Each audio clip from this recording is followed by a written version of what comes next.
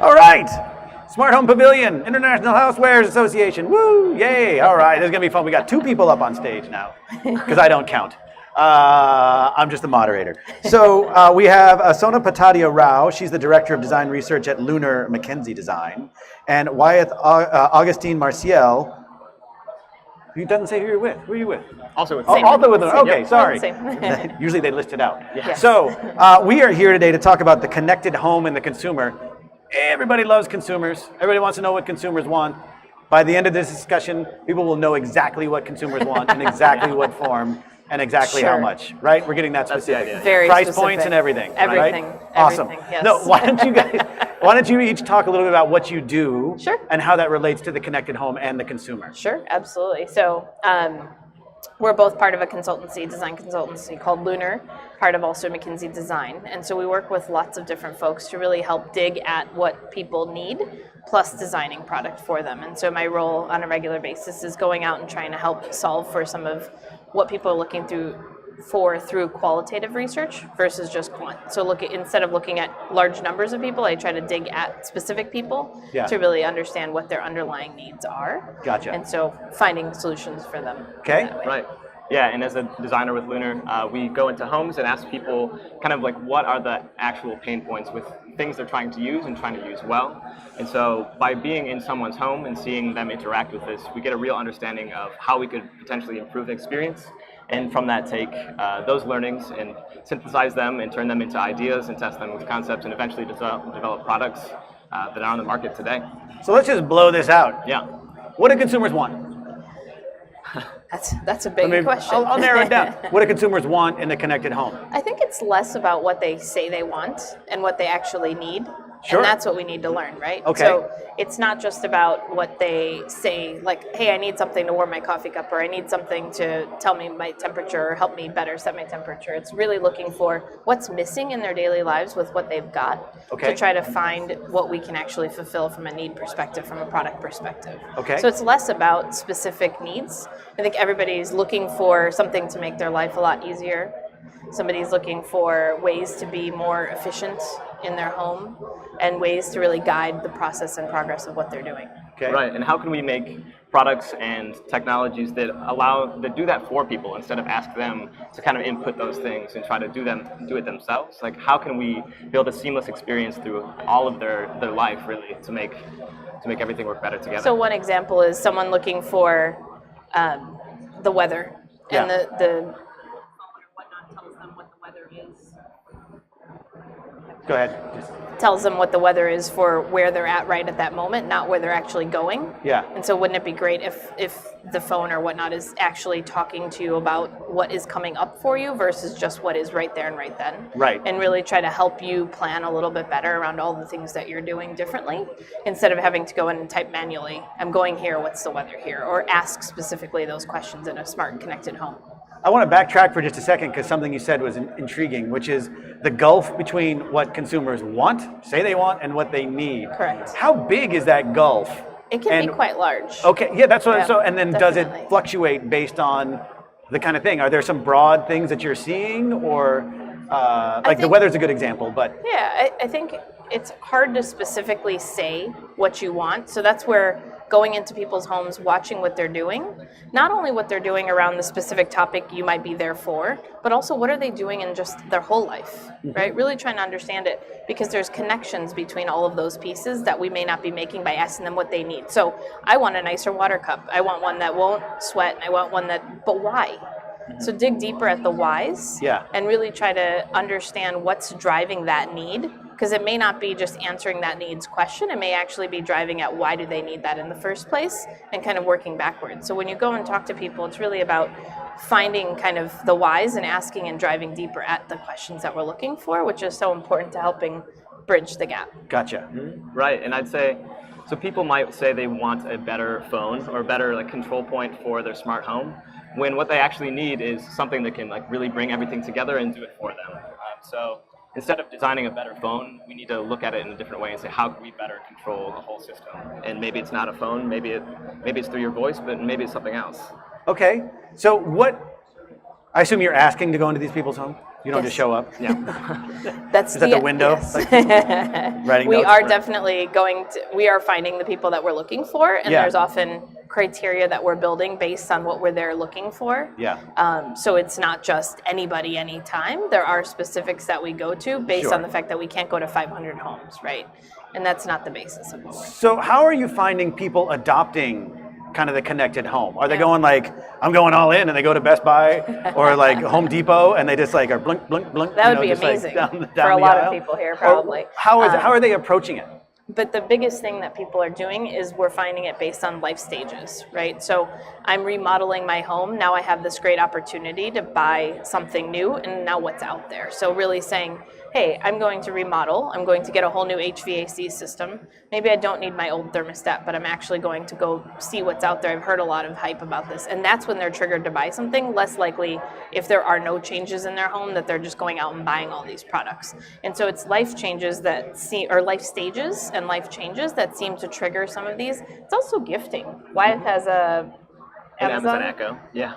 And yeah, Just I think one? Just one. And I think at home. For now. I think the way I'm seeing it is people are kind of piecemealing along and getting one smart home object at a time, and so they kind of have this ragtag system that doesn't really work together because they're not really thinking holistically about how everything might work together to give like the most seamless experience. They kind of like have like an Echo, and then they've got like a Nest Cam, but they don't really work together. And so I think people are just kind of like slowly adopting without a sense of like an Ecosystem and community. Well, it's also to your point about studying consumers, isn't it? See, they have to kind of see the value, because if I say, like, oh, I can turn on the lights in the living room with my voice, it'd be like, well, you can also just walk into the living room and flick a switch. It's not that hard. But once you experience it, you're like, oh, actually, that's kind of cool. Right. And now what else can I do? And you've got different kind of adopters there, and so some of those don't work all the time. Like you could say, Alexa, turn off the lights, and maybe it doesn't work the first time, and so you have to repeat it. My brother is a very hard-headed early adopter of like the Lutron and Alexa, and so I would stay at his house, and from the other room, I could hear him laying in bed with the lights on, and say, Alexa, turn off the lights. Alexa, turn out the lights, when the light switch is like right next to him. So you're going to have people who are going to be like really trying to adopt even if it doesn't work very well. But I think you're going to see a lot more people who, if something doesn't work very well, they're not going to adopt it readily. Right. Yeah. So think about, we were doing some other work recently, and the participant we were talking to was showing us an example of how she uses Google Home. And so she said, Google Home, add such and such to my list. And she had to say it a few times. And the first time she said it, she was even like, watch, it won't listen, it won't hear me. And so she had to say it again because her voice was tended to be a little low. Yeah. And those are the things that can really be like, you know what, I'm just going to go to my phone and add it to my list instead of trying to interact with this device that doesn't hear her maybe quite so well when it might hear somebody else in her home. And so really there's this interesting, it fulfills a need, but there's these barriers that people will either continue pushing forward because they're early adopters, or they might get frustrated with some part of that system and revert back to kind of older systems versus saying, now I need to go get this because I can control this by voice, versus adding on to the ecosystem. How do you think brands are doing in terms of educating people on the value of a connected home? Right? So if you're saying, what you're saying is they're either waiting for some life-changing event like maybe it's having a baby or it's doing a remodel, right? That's the only time they're really expressing an interest in the value. That's often when they start, Okay, so I'm not trying to make that a blanket rule. But so is there a deficit on the brand side in being able to effectively communicate this? Or is it a case of like, neither side is really ready to ask each other out? I think there's something interesting about the fact that there's so much talk about this today in the world, and everywhere you go, people are talking about the way you're connecting with your home and your devices, that people might be blanketing that it's a convenience factor and it's a eco factor. I'm saving money, I'm saving water, I'm saving this. But they're not connecting it to the other emotional needs that people may have to really build those stories out.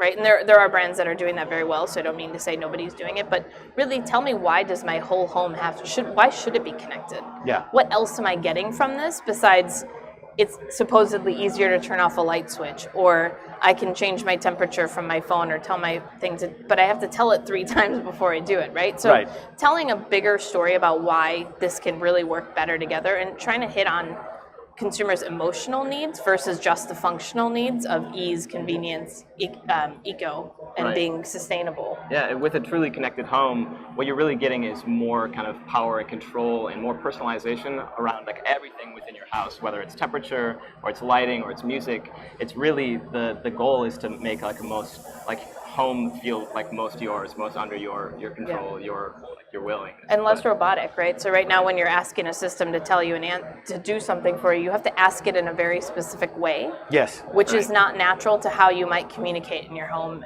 regularly. And so finding some of those balances and building bridges to those barriers that people Yeah, may and also have. just in the responses, like a smart Exactly. assistant, they'll like repeat back to you the exact thing you just said. You're like, Right. okay, right. Yeah, I got it. Thank you. Thank you. Just say okay next time. Right. Just say done. I don't need you to say, okay, I just texted that person with this message, right? Yes, with the message. Yeah. So we have a lot of different kinds of buyers, producers, brands here. What are some interesting things you've discovered in your research that they may not know? It's a good question. I don't know if I have an exact answer that's Okay. not applicable specifically to something at the very moment. Okay. Trying to think through and find a few, but Is there anything in the design that people are being attracted to, like they're drawn to, right? So Yeah. you see like we'll just take smart assistants, right? Sure. Google has, people seem to like the pucks, right? Right, Probably right, part of right, that is right. price point. Yep. You know, the Google Home Mini, the Sure. Echo Dot, Sure. right? And then you have the conical Alexa, and then kind of not a very pretty show. And then on the Google side, they're going to be having tablets, smart Right. tablets come out, and then the Max is this Yep, big yep. booming speaker. Is there anything on the design side that people gravitate towards? Yeah, I think so. I think you're starting to see this now. It's things that don't necessarily look like technology, and so with the original Alexa, it looks like it's a big like cylinder with a bright light on top of it. But you saw in their next generations, they're putting like wood grain texture on things, so it fits more into the home. A product I worked at a past job is called the Norton Core, and it's just kind of a sculptural object. It doesn't look like a router, which it is. So there's these things that are trying to like seem or like fit more into someone's house as opposed to stand out and be like a feature, a piece of technology. It's trying to blend in and be more. And part of the home. that's definitely been something that people have been working on for years, and it almost seems like the house is changing also to fit that in a weird way. So people's decor is also fitting. So soap pumps and everything is starting to get kind of this minimalistic, simplistic look Yeah. that people are sort of gravitating towards. It's almost like everything's starting to blend.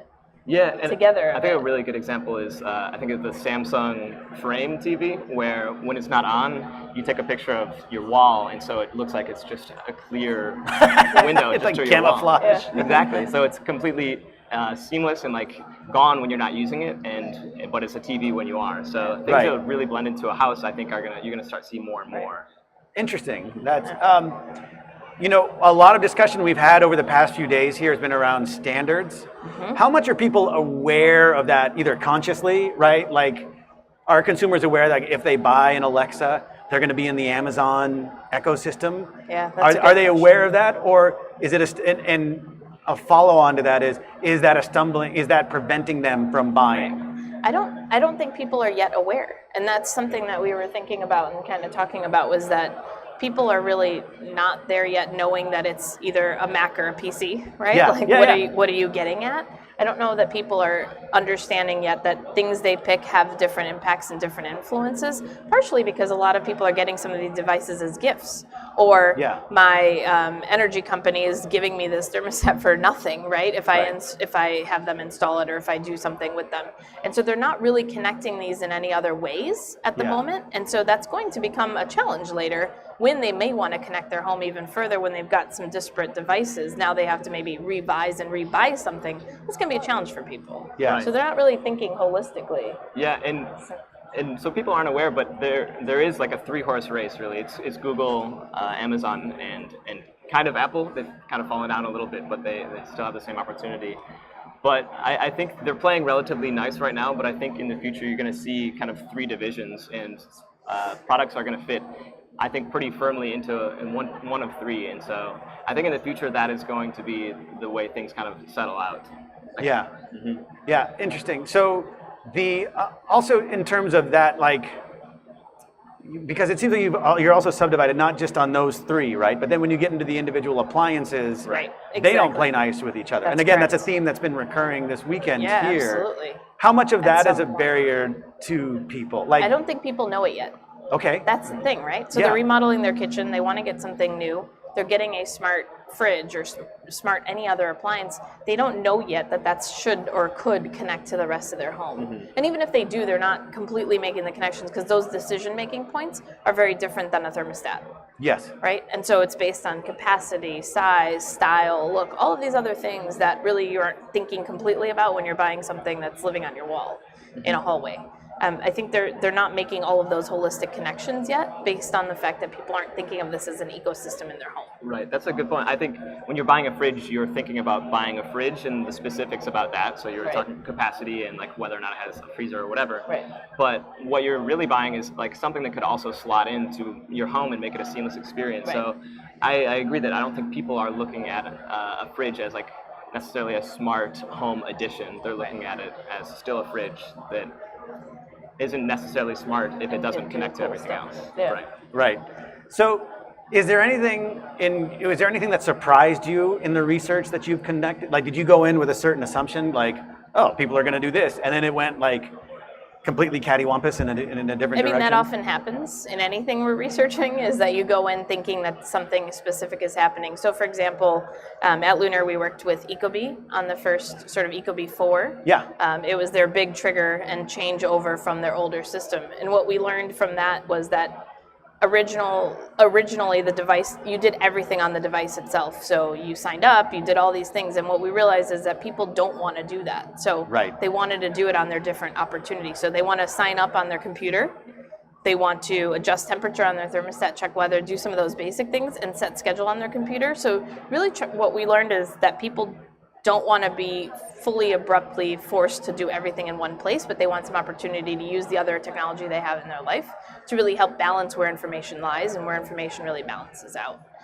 That was an important learning and an important point to really change how simplified something can be, the interaction can be, so that you can do some of the more complex systems in other places. Yeah. Well, it seems like, especially since every device in the world makes you sign up for an account now, Right. like the Right. last thing I want to do is generate a password, like That's right. and like a dot dot On dot it. dot. Exactly, that's exactly right. And you have to sign up on everything. So you're working on your remote control and you're trying to write your name on our control by pushing buttons to the left and to the right, you know. Yeah. It's not that easy. Why can't I do that somewhere else? Why not take some of that complexity out of a system that's going to frustrate people? And that's why you're going to see so much adoption of ecosystems, because it like bridges that gap completely. Right. You don't need to sign up new for every new product you get. If you already have like Siri Right. or a Gmail address or whatever it might be, it should be able to just like know all of your previous preferences for whatever Right. and just like sign you up and you're ready to go. Right. Like, Why do you have to do it over and over and over for everything? Yeah, no, well that's why when like if you add a new Echo device, which Exactly. you will, Yeah. you We'll see. it automatically it does all that stuff for you, Right, right? And exactly. it's just not a As it frustrating experience. Yeah. If it's smart, it should be smart enough to know that. That's right. You calling it smart? You should be smart enough to know that. Right. Exactly. Are there any questions from the audience? No? Okay. Well, we'll just keep rolling. Okay. So, what do you think? What are some of the big trends you see? And it can be specific to like design. We talked a little bit about that before. But just in terms of getting consumers on board, what are some of the big trends you're seeing shape up this year? I think some of the bigger ones are more knowledge. I mean, looking around, all of the things that are connected, all of the things, but why, kind of. Yeah. The trends are answering the question of why they might need something. What are some of the key points of a journey of someone's day that we're impacting and affecting? And it sounds like that's not a trend, but that really is. People are very busy these days, much more than ever before. I'm obviously a very people person, so I go there, but at the same time, it's important to understand what are the impacts and influences that they have, and how can we make each of those touch points work better together? Interesting. Okay. That's what I would say. That's a trend in what's important to grow this space. And maybe this isn't as specific to the connected home, but I think just in products in general and companies in general, people are really interested in transparency around that company and understanding who's making these decisions, where products are being made, what types of materials are being made, how they're shipped. I think people are really interested in understanding kind of where things come from and how they came to be and why they came to be. Let's actually reverse that then. and go, do you have any insights into how people want to be communicated back to? So they're generating a lot of data Right. for a company. They can use that to do predictive maintenance or something. How much do people want? I think it's in the way you tell the story. Okay. Back to people, right? Give them a scenario, give them a way to make a connection to what you're trying to tell them that they can use from what you're trying to give them. And so tell them a story, give them some opportunity to make a connection like, wow, yeah, I can. So when FaceTime came out with Apple, right? Like, why do I need to see someone's face while I'm talking to them? Well, then you think about all the connections that people are making worldwide using this simple tool. People really start to resonate with it, and now it's something that people are doing even if they're right next to each other, right? Yeah. They're using that as an opportunity to connect in a way that, so I think people want that sort of bridge. They want to know why it's important for them, besides just the data and the facts, because you can find those anywhere.